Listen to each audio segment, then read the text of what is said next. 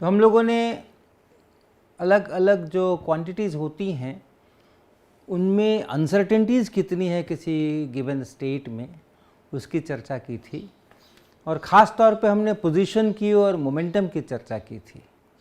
तो अगर किसी पार्टिकल की किसी खास इंस्टेंट पर जो अवस्था है, जो स्टेट है, उसका वेव फंक्शन हमें पता हो, तो फिर हम लोग उसके पोजीशन की, उसके मोमेंटम की अनसर्टेनिटीज़ की बात कर सकते हैं। और पोजीशन के लिए अगर अनसर्टेनिटी करनी है तो हमने जो परिभाषा दी है उस परिभाषा के अनुसार ये delta x square root x square का एक्सपेक्टेशन वैल्यू और माइनस एक्सपेक्टेशन वैल्यू का स्क्वायर ऐसे देते हैं। और ये चीज़ें निकालते कैसे हैं, ये एक्सपेक्टेशन वैल्यूज़ जिसको मैं कह रहा हूँ वो कैसे निकालते हैं वो भी हम लोगों ने बताया था कि अगर पोजीशन का एक्सपेक्टेशन वैल्यू चाहिए तो आप x लें, mod psi x square d x से इसको गुना करें और तब फिर इंटीग्रेट कर दें x के फुल रेंज के ऊपर, x from minus infinity two plus infinity. ये चीज़ x का एक्सपेक्टेशन वैल्यू है, कभी कभी लोग एवरेज वैल्यू भी इसको कहते हैं। इसी तरीके से अगर मोमेंटम की बात करनी हो, डेल्टा p लिखना हो, तो फिर उसको हम लोग p स्क्वायर का एक्सपेक्टेशन वैल्यू और माइनस p का एक्सपेक्टेशन वैल्यू का स्क्वायर ऐसा लिखते हैं। और जो p है, p का एक्सपेक्टेशन वैल्यू है वो है p और फिर AP स्क्वायर dp। ये AP कैसे निकालेंगे, अगर साई एक्स दिया हो तो वो भी हमने चर्चा की थी। लेकिन मुख्य बात ये याद रखने की है कि ये है प्रोबेबिलिटी कि मोमेंटम p और p प्लस dp के बीच हो। उसी तरीके से ये है प्रोबेबिलिटी कि पोजीशन x और x प्लस डी एक्स के बीच हो। तो उस वैल्यू को उस प्रोबेबिलिटी से मल्टीप्लाई करते हैं और पूरे को सम करते हैं, पूरे को इंटीग्रेट करते हैं। ऐसे ही अगर एक्स स्क्वायर का लिखना है तो हम एक्स स्क्वायर का एक्सपेक्टेशन वैल्यू भी ऐसे ही लिखते हैं, इंटीग्रेशन एक्स स्क्वायर और तब Sai x square d x. तो कोई भी x का कोई भी फंक्शन हो, स्क्वायर हो, क्यूब हो और कोई फंक्शन हो, तो उस फंक्शन को हम ऐसे ही करके और उसकी एक्सपेक्टेशन वैल्यू निकाल सकते हैं। p स्क्वायर का लिखना होगा तो p स्क्वायर करके और जो मोमेंटम वाली प्रोबेबिलिटी है उससे इसको गुना करके इंटीग्रेट करेंगे p के रेंज पे, तो वो मिलेगा। और हाइजेनबर्ग अनसर्टेनिटी प्रिंसिपल हमने स्टेट किया था कि अगर आप ऐसे प्रिसाइसली इनको डिफाइन करते हैं दोनों को, तो ये प्रोडक्ट कभी भी आप h×2 से नीचे नहीं ले जा सकते हैं, जबकि एक ही स्टेट में नापे गए ये दोनों चीज़ें हैं, ये ध्यान रखने का है। तो अगर हमने एक स्टेट बनाया है जिसमें इतना डेल्टा x है, इतना डेल्टा p है, तो ये प्रोडक्ट इतना ज़रूर होगा, h×2 से ज़्यादा ही होगा, उससे कम नहीं हो सकता। ये हम लोगों ने बात की।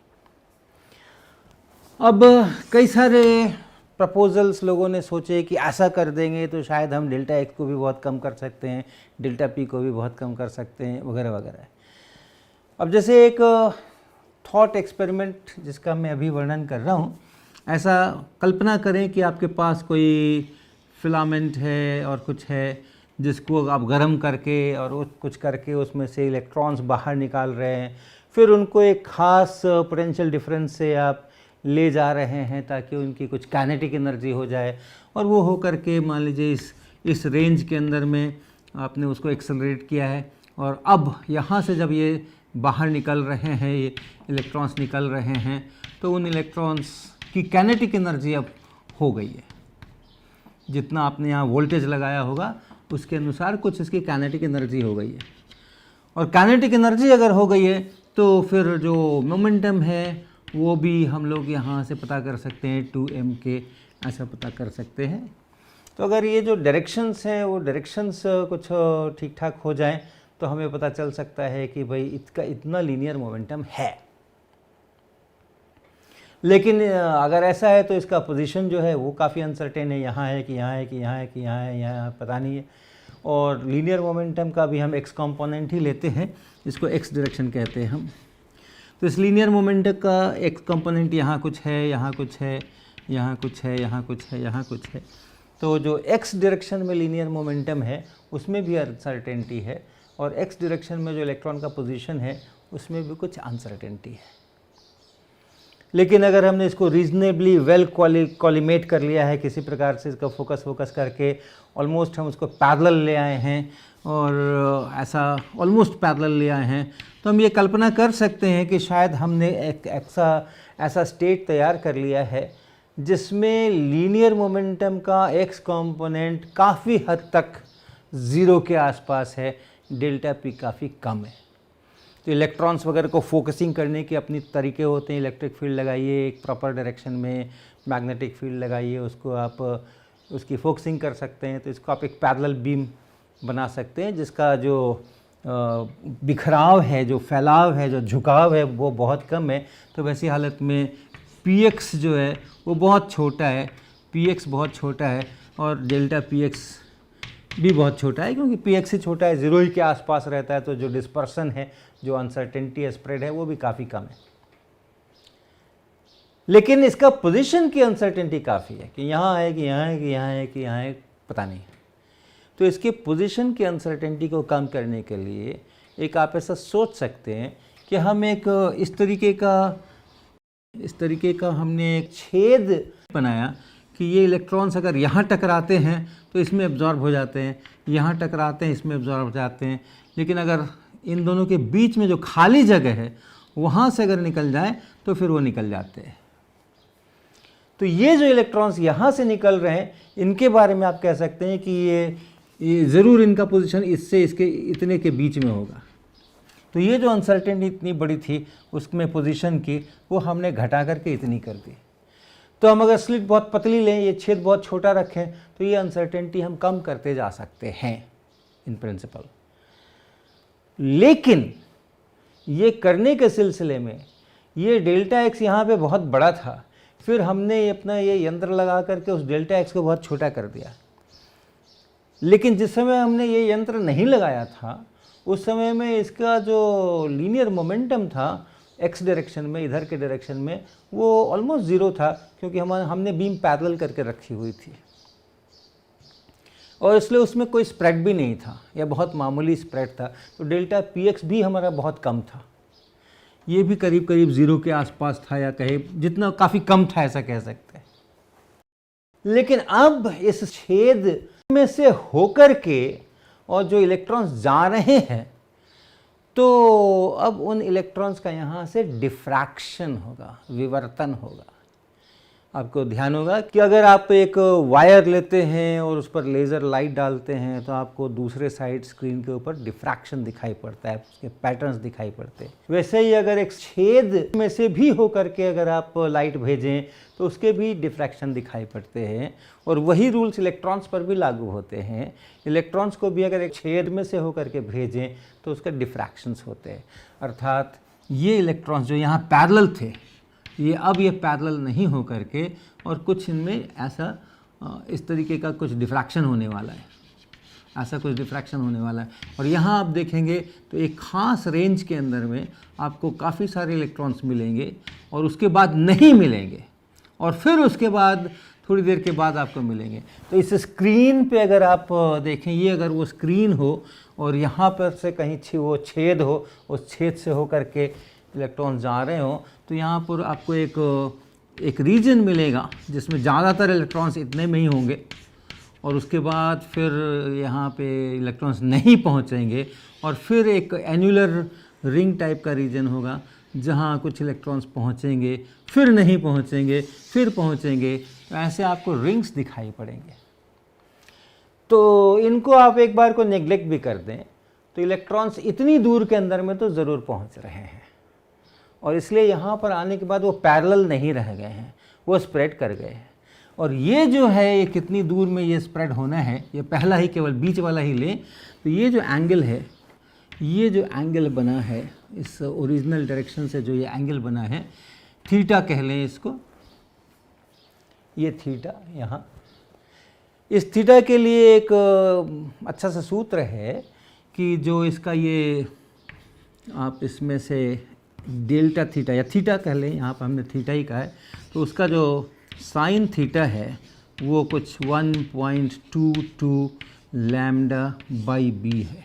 ऑप्टिक्स का ये बहुत वेल नोन रिजल्ट है कि अगर आपने कोई सर्कुलर होल लिया है, एक सर्कुलर होल बनाया है और उसमें से होकर के अगर आप लाइट भेज रहे हैं और दूसरे साइड में आपको लाइट मिलती है, वो इतनी दूर के अंदर में ये ब्राइट है, यानी यहाँ लाइट पहुँच रही है, फिर लाइट नहीं पहुँच रही है, फिर फेंट लाइट यहाँ वहाँ थोड़ी बहुत पहुँच रही है, ऐसा।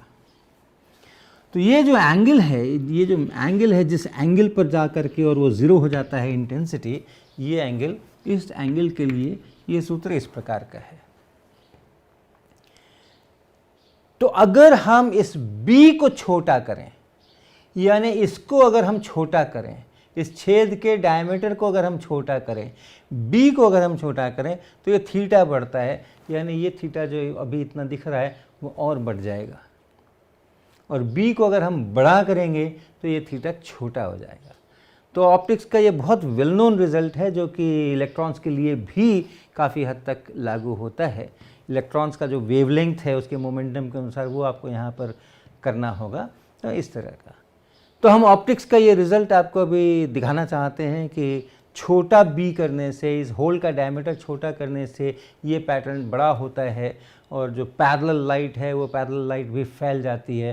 पहले से भी अगर फैल रही हो तो भी यहाँ पर उसका एक दूसरा बिखराव आता है। और इस होल के रेडियस को छोटा या बड़ा करने से क्या फ़र्क पड़ता है इस एंगल के ऊपर, ये हम आपको एक लाइव करके दिखाना चाहते हैं। तो हम लोग उस ऑपरेटर्स की तरफ चलते हैं। तो ये हमारे हाथ में एक कागज़ का टुकड़ा है, मोटे कागज़ का टुकड़ा है, और आप इसको ध्यान से देखिए। इस कागज़ के टुकड़े में हमने 2 छेद किए हुए हैं।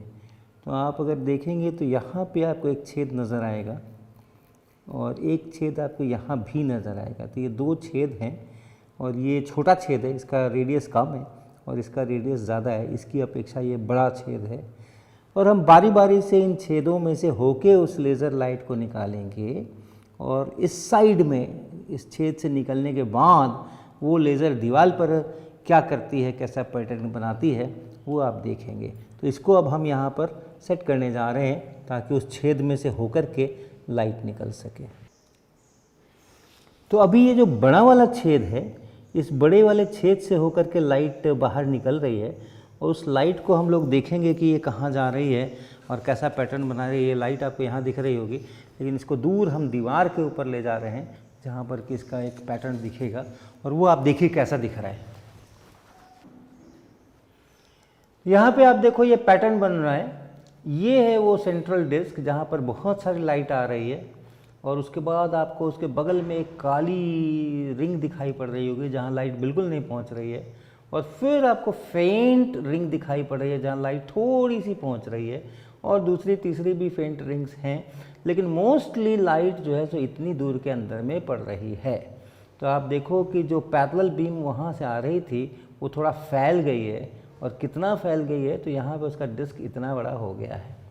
ये बड़ा वाला छेद था, ध्यान रखिएगा इस बात का। और अब हम फिर से वापस वहाँ सेटअप पे जा रहे हैं, और छोटे वाले छेद में से हम इसी लाइट को पास कराएंगे। आप अपने दिमाग में थोड़ा बना के रखिए कि ये कितना, इसका रेडियस या डायमीटर कितना है, और अगली बार जब बनेगा तो आप कंपेयर कीजिएगा कि ये डायमीटर बढ़ गया या घट गया। तो अब देखिए ये छोटे छेद से होकर के उसी लाइट को हमने पास कराया है, और इस डिस्क को देखिए, पहले जो आपने डिस्क देखी थी उसकी तुलना में ये डिस्क अच्छी खासी बड़ी हो गई है। तो जितना छोटा छेद होता है उतना ये जो एंगल बनता है, मैक्सिमम एंगल जो लाइट डेविएट कर रही है, अभी सीधी नहीं आकर के कुछ यहाँ तक पहुँच रही है, कुछ यहाँ तक पहुँच रही है, इतनी दूर में पहुँच रही है, तो ये एंगल बड़ा हो जाता है अगर हमारा छेद छोटा हो, और ये छोटा हो जाता है एंगल अगर हमारा छेद जो है वो बड़ा हो। ये चीज़ आप देखें, ध्यान में रखें इसको। ये आपने हमारे एक्सपेरिमेंट्स में देखा कि ये छेद का डायमीटर अगर मैं छोटा करता हूँ तो ये डिस्क का डायमीटर है, यहाँ दीवार पे जो डिस्क बन रहा है वो डायमीटर बड़ा हो जाता है, उसका रेडियस बड़ा हो जाता है। छोटा छेद तो बड़ा डायमीटर, बड़ा छेद तो छोटा डायमीटर, ये अभी आपने देखा। तो वो एक्चुअल रिलेशन जो है वो इस प्रकार का है। इलेक्ट्रॉन्स के लिए भी बाय एंड लार्ज यही परिस्थिति है, और इसलिए अगर हम ये px को देखें तो यहाँ पे px ऑलमोस्ट ज़ीरो थे सभी जगह, तो हमने कहा कि px ज़ीरो है, डेल्टा px भी लगभग ज़ीरो है। लेकिन यहाँ पर अगर देखते हैं यहाँ पर तो px आ गया है, ठीक ठाक px आ गया है, और इसलिए px की जो अनसर्टेनिटी है वो कितनी है, मैक्सिमम इस साइड में देखें तो ये अगर p इसका मैग्नीट्यूड है तो p साइन थीटा, ये x कंपोनेंट यहाँ आ गया है, और ये बीच वाले जो हैं, यहाँ जो पहुँच रहा है इलेक्ट्रॉन, यहाँ जो पहुँच रहा है, यहाँ जो पहुँच रहा है, तो इनके लिए भी वो इस तरह का p साइन थीटा करस्पॉन्डिंग आप बनाएंगे। तो जो मैक्सिमम थीटा जो यहाँ से मिल रहा है p साइन थीटा इस साइड और p साइन थीटा इस साइड, तो एक 2p साइन थीटा टाइप की उसकी अनसर्टेनिटी बन रही है। तो आप लिख सकते हैं delta p is of the order of, हम इसके लगभग मान ही लिख रहे हैं, वो मैथमेटिकल डेफिनेशन नहीं ले रहे, तो ये होंगे हमारे p साइन थीटा इस ऑर्डर के, डबल ऑफ दिस भी आप चाहो तो कह सकते हो, और इसका मतलब हो गया p इंटू, ये समझो लैम्डा बाई डी है, ये लैम्डा बाई बी है, तो ये करीब करीब ऐसा। और p जो मैग्नीट्यूड है वो मैग्नीट्यूड हमने कितना यहाँ एक्सेलरेट किया है उससे डिसाइडेड है, और उसको आप लैम्डा के साथ रिलेशन कर सकते हो। ये p को आप लिख सकते हैं h by lambda, de Broglie relation, p बराबर h बटा लैम्डा और इनटू लैम्डा बाई बी, तो यानी h बाई बी है ये, डेल्टा p जो है वो h by B into some constant, depends कि आप कैसे उसको डिफाइन करते हैं। लेकिन एक बात स्पष्ट है कि अगर हम इस छेद को छोटा करें तो हमारी जो पोजीशन की अनसर्टेनिटी है वो घटती है, क्योंकि ये जो b है यही हमारे पोजीशन की अनसर्टेनिटी है। डेल्टा x जो है वो इस p के ही ऑर्डर का है, क्योंकि हमने इसको यहीं से कन्फाइन किया। यहाँ पे मैं देख रहा हूँ तो पता है इसी छेद में से आए हैं, तो इससे इधर नहीं होंगे, इससे इधर नहीं होंगे, तो जो डेल्टा x है वो इस b के ऑर्डर का है, इस b के ऑर्डर का है। तो अगर आप छेद छोटा करेंगे तो ये पोजीशन की अनसर्टेनिटी घटेगी। लेकिन अगर पोजीशन की अनसर्टेनिटी आपने घटा दी तो फिर प्रकृति के नियम कहते हैं कि मोमेंटम की अनसर्टेनिटी आपकी बढ़ जाएगी, क्योंकि मोमेंटम की अनसर्टेनिटी h बाई बी है। b छोटा करेंगे तो ये अनसर्टेनिटी बढ़ जाएगी।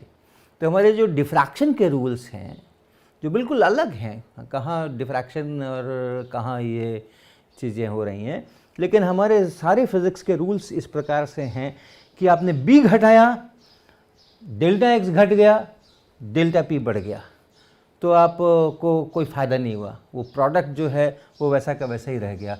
अगर आप डेल्टा x और इंटू डेल्टा p की बात करें तो डेल्टा x जो है वो कुछ b के ऑर्डर का है और ये h बाई बी के ऑर्डर का है, तो यानी h से आप उससे ज़्यादा बहुत छोटा कर नहीं सकते हो।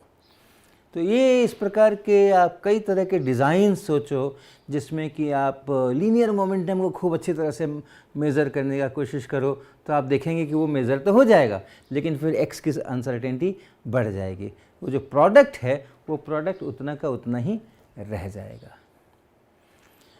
अब इस प्रोडक्ट को मिनिमम कैसा वेव पैकेट हो ताकि ये जो प्रोडक्ट है delta x into delta p ये सबसे छोटा हो जाए, और सबसे छोटा इस समय जो हम कह रहे हैं delta x into delta p वो बिल्कुल उस मैथमेटिकल डेफिनेशन के अनुसार कह रहे हैं। तो उसके लिए एक जो फंक्शन है जिसमें कि वो ठीक h क्रॉस बाई 2 होता है, उससे छोटा हो नहीं सकता, यही हाइजेनबर्ग का अनसर्टेनिटी प्रिंसिपल है। और वो मिनिमम कब होगा, तो उसके लिए जो एक वेव फंक्शन का रूप है वो हम आपको लिखने जा रहे हैं कि ऐसा वेव पैकेट अगर होगा तब फिर वो सबसे छोटा होगा।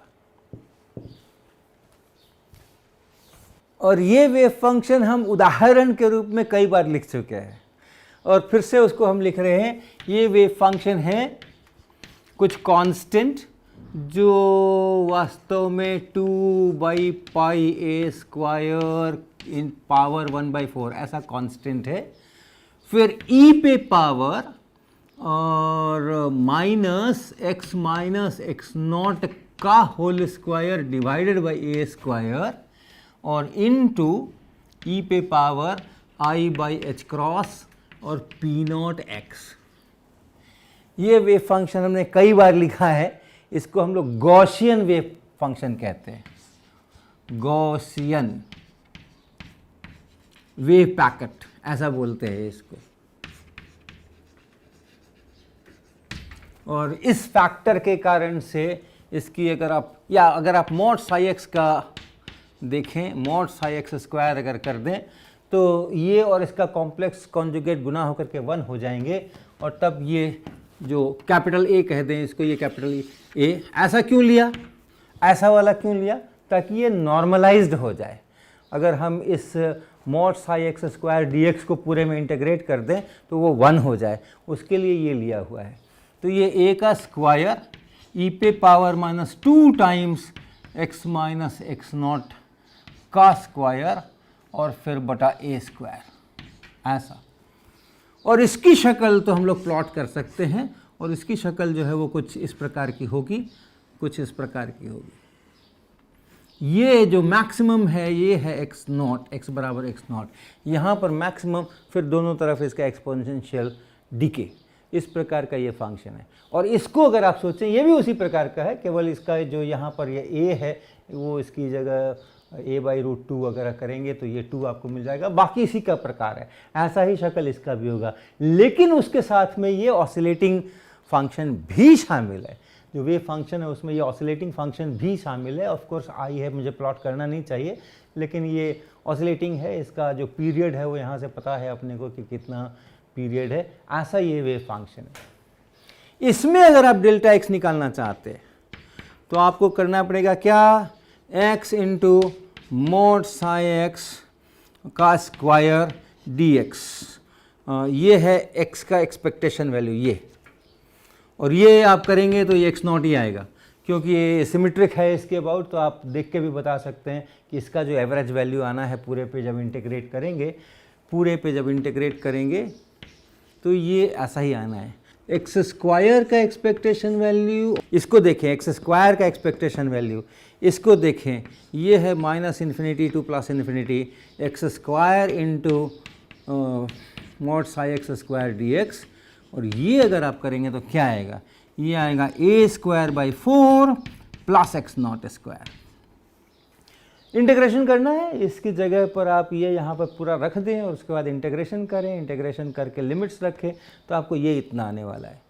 और इसलिए अगर आप डेल्टा एक्स देखते हैं, ये अनसर्टेनिटी ये देखते हैं, √² x square average minus x average या एक्सपेक्टेड वैल्यू उस ये, तो फिर इसमें से आपको इसका स्क्वायर घटाना है, तो ये एक्स स्क्वायर से इस एक्स स्क्वायर को काटना है, एक्स नॉट स्क्वायर से इस एक्स नॉट स्क्वायर को काटना है, और a² / 4 बचेगा, और स्क्वायर रूट लेंगे तो ये a/2 बनेगा। तो इसी प्रकार आप डेल्टा पी निकालेंगे। थोड़ा काम लंबा है डेल्टा पी के लिए, क्योंकि डेल्टा पी निकालने के लिए फिर आपको एक्सपेक्टेशन वैल्यू ऑफ p² निकालना है, एक्सपेक्टेशन वैल्यू ऑफ p निकालना है, ऐसा करना है, उसका स्क्वायर रूट करना है। और ये एक्सपेक्टेशन वैल्यूज़ निकालने के लिए वो प्रोबेबिलिटी लाना है, मोमेंटम वाली प्रोबेबिलिटी। तो AP चाहिए, पहले AP चाहिए, ये AP का मॉड स्क्वायर DP ये प्रोबेबिलिटी है। और इसके साथ जब आप P को मल्टीप्लाई करके इंटीग्रेट करेंगे -∞ से +∞, तो आपको ये P का एक्सपेक्टेशन वैल्यू मिलेगा। और अगर आप p² को करेंगे ऐसा, तो आपको ये डेल्टा P, आपको ये p² का एक्सपेक्टेशन वैल्यू मिलेगा। AP कैसे निकालते हैं वो भी हमने कई बार बताया है। AP कैसे निकालते हैं, उसके लिए 1/2 पाई h× स्क्वायर रूट यहाँ, फिर इंटीग्रेशन और साई एक्स यहाँ, और e पे power -IH× px p into x यहाँ, और p पर इसको x पर इसको आप इंटीग्रेट करेंगे -∞ टू +∞, ऐसा करेंगे तो आपको ये AP निकल करके आएगा। और ये AP निकलने के बाद इस AP को आप यहाँ पुट करेंगे और यहाँ पुट करेंगे तो आपको ये दोनों मिलेंगे। उसको जब आप यहाँ पुट करेंगे तो आपको ये डेल्टा P मिलेगा। और ये सब करके जब आप पाएंगे कि डेल्टा P कितना निकला अंत में, तो वो आपको मिलेगा वो आपको मिलेगा h cross by A. h cross by A मिलने वाला है ये सारा इंटीग्रेशन करके। कठिन नहीं है बहुत ज़्यादा इंटीग्रेशन, क्योंकि और बल्कि आप थोड़ा सा आगे बढ़ेंगे तो ऐसा ही वाला इंटीग्रेशन मिलने वाला है, और यही रिज़ल्ट आप वहाँ इस्तेमाल कर सकते हैं ये बताने के लिए। और इसलिए इसमें अगर delta x into delta P x करना है, डेल्टा पी करना है, delta x into delta P, तो डेल्टा एक्स ये एच ए बाई टू है, ए बाई टू है, और ये एच क्रॉस बाई ए है, और इसलिए ये product H cross by two है। और आप कोई भी वेव फंक्शन लेके शुरू करेंगे तो delta x into delta P इससे कम नहीं हो सकता है। तो ये मिनिमम अनसर्टेनिटी प्रोडक्ट वाला वेव फंक्शन ये है। इसको गॉसियन वेव फंक्शन हम कहते हैं। दो कंडीशंस हैं। इस फंक्शन को, इस तरह के फंक्शन को गॉसियन फंक्शन कहा जाता है गणित के अंदर में। और जब हम वेव पैकेट की बात कर रहे हैं तो ये गॉसियन तो होना ही चाहिए, साई एक्स को गॉसियन तो होना ही चाहिए। और उसके साथ में ये जो फैक्टर है e to the power i, और उसके बाद ये जो फैक्टर है, एक्चुअली किसी भी फंक्शन को कॉम्प्लेक्स फंक्शन को आप ऐसे लिख सकते हैं, ऐसे लिख सकते हैं। कुछ भी, कोई भी कॉम्प्लेक्स नंबर हो तो आप उसको ऐसे लिख सकते हैं। हाँ, उसका एक जो एब्सोल्यूट वैल्यू है कॉम्प्लेक्स कॉन्जुगेट से गुणा करके स्क्वायर रूट ले लीजिए, और उसके बाद e to the power i5 ऐसे आई। इसको फेज फैक्टर कहते हैं, इसको मैग्नीट्यूड कहते हैं। किसी भी फंक्शन को या किसी भी कॉम्प्लेक्स नंबर को आप ऐसे कह सकते हैं। तो ये जो फाई है, दिस शुड बी